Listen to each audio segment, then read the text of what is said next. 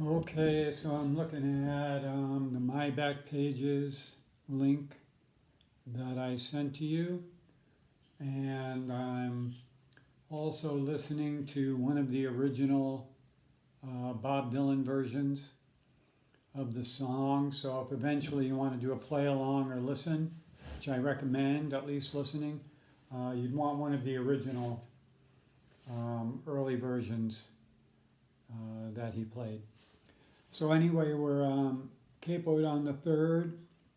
Now the C chord that he uses is kind of this one here, where he's got the ring finger down here on the third fret from the capo, and then the pinky, and then C chord like that. Okay? Now for the most part in this song, when he's playing the chords, which are in 3/4 time, 3 beats per measure, he's basically just kind of doing a 1, 2, 3, 1, 2, 3, 1. And in doing that, you're on the right hand side, you're kind of just hitting the bottom few strings. You're not really aiming for anything, hitting the bottom few strings and then doing a somewhat complete strum, but there's a lot of latitude there. It doesn't really matter what strings you hit, as long as you get that basic 1, 2, 3, 1, 2,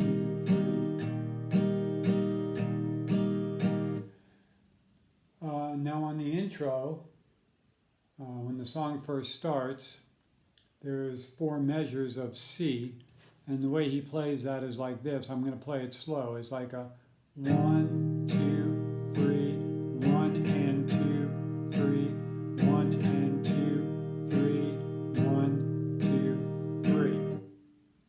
So I'm going on the right hand, I'm going down, down, down, down, up, down, down, down, up, down, down, down, down, down.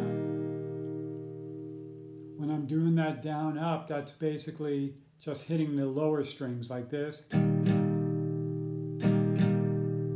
you want to keep everything small and compact, because the chords actually change pretty rapidly in the song, and to do it up to his speed, your motions are going to have to be really compact.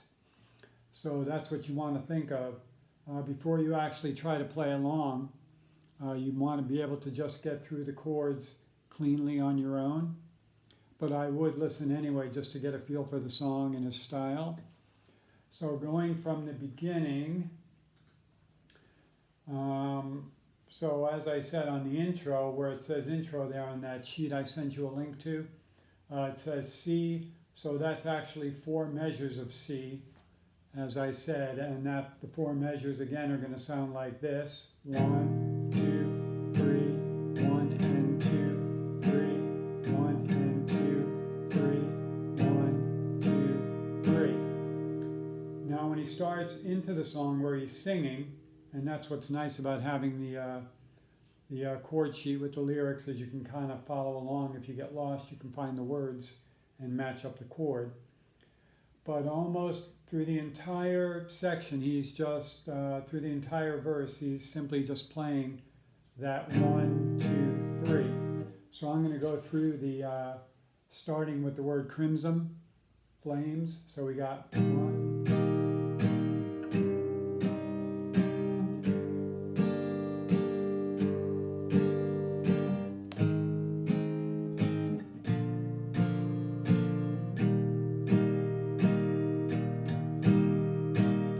After the word traps, that's the only place that I could hear in the verse number 1 where he actually does a 1 and 2, 3. In that little space before he comes on to the word pounced, he has like one more measure of C after the word traps, and he does like a 1 and 2, 3 there. So going back once again to the start of the verse, crimson. I'll start playing from there again. 1.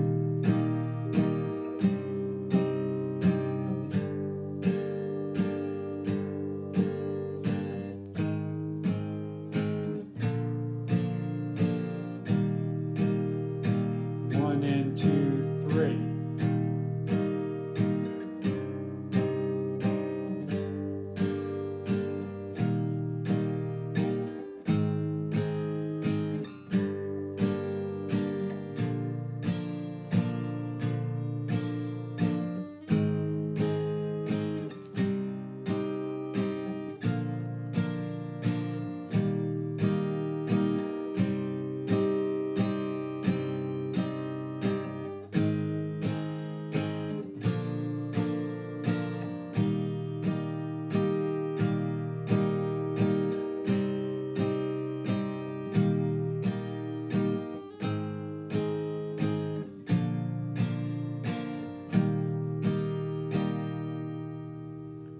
Okay, so if you wanted to, I don't know if you want to print it or just follow along. If you wanted to print it out and mark on it, on the intro, you could mark that there's 4 measures of C. Then when we get to the, start into the verse, we have C, A minor. Then for the E minor, there's 2 measures. So you could put in that second E minor above the word ears if you wanted to. We get to the F.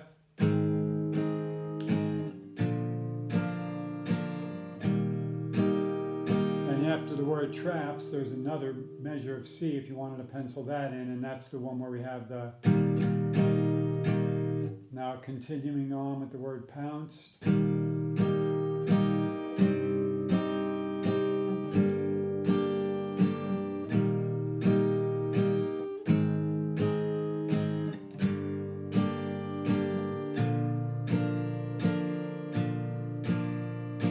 And after the word maps, there's another measure of G there. Continuing on at the word meat.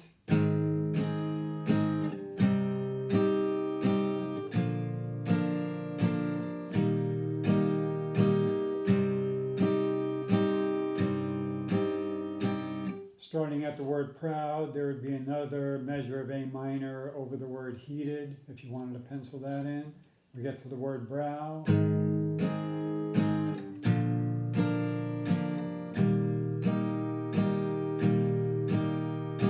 And then we get to the ah, but I was so much. So there would be another measure of C over the word so. And then we get to the older A minor. Back to the C.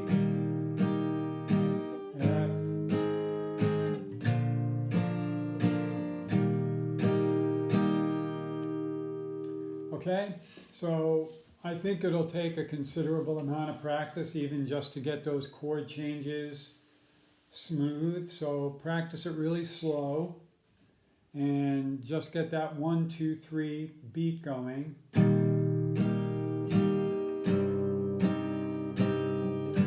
just get so that you can switch the chords cleanly right at the start of each beat.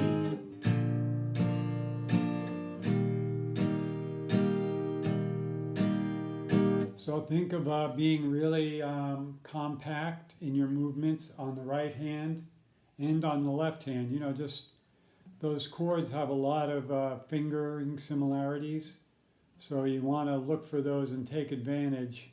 When you're going from the E minor to the F, try to make that movement as small as possible. Got your E minor like this and just kind of drop down into that F. And then you go to the G. And then back to the C. So look for all the similarities between chords. Kind of analyze your left hand positions and look at the chords and then look at your left hand and actually give some thought as to how you're going to move the fingers from chord to chord. And there's more to say about that first verse, but we'll leave it at that for now. Have a good one.